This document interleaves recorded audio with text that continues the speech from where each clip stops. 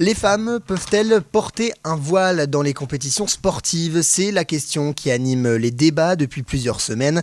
La classe politique se fracture entre l'extrême droite, la droite et la gauche, même au sein du gouvernement, jusqu'à l'intervention de plusieurs sportifs, Thomas Gut. Teddy Riner face à Bruno Retailleau. Leur terrain de jeu n'est pas le tatami, mais la laïcité.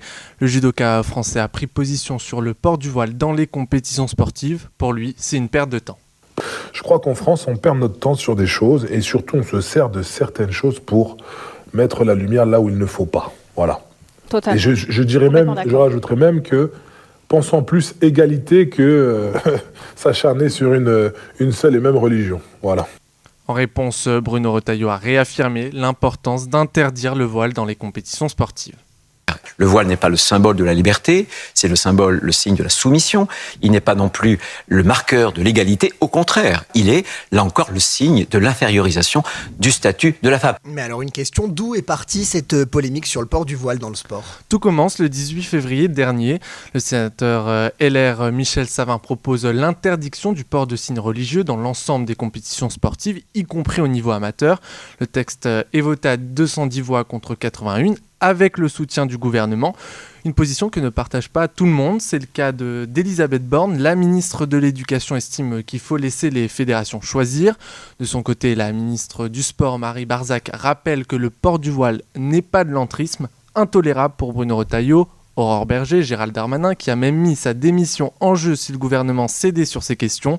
François Bayrou n'a pas cédé et leur a donné raison après avoir recadré ses ministres. Bon, pour l'heure et dans l'attente de l'adoption de la proposition de loi, ce sont les fédérations qui imposent ou non le port de signes religieux. Oui, et c'est bien le problème souligné par les sénateurs qui défendent ce texte et par certaines fédérations. Selon eux, il faut une harmonisation. Aujourd'hui, les fédérations de football, de rugby, de volley et de basket interdisent le port de signes religieux. Ils s'appuient notamment sur la décision rendue par le Conseil d'État autorisant les fédérations à imposer à ses joueurs une obligation de neutralité. Tout le contraire des fédérations de handball ou d'athlétisme qui autorisent notamment le port du voile. Alors, le sport est-il touché par le communautarisme, comme l'affirment certains ? Non, selon un rapport mené par l'Institut des hautes études du ministère de l'Intérieur.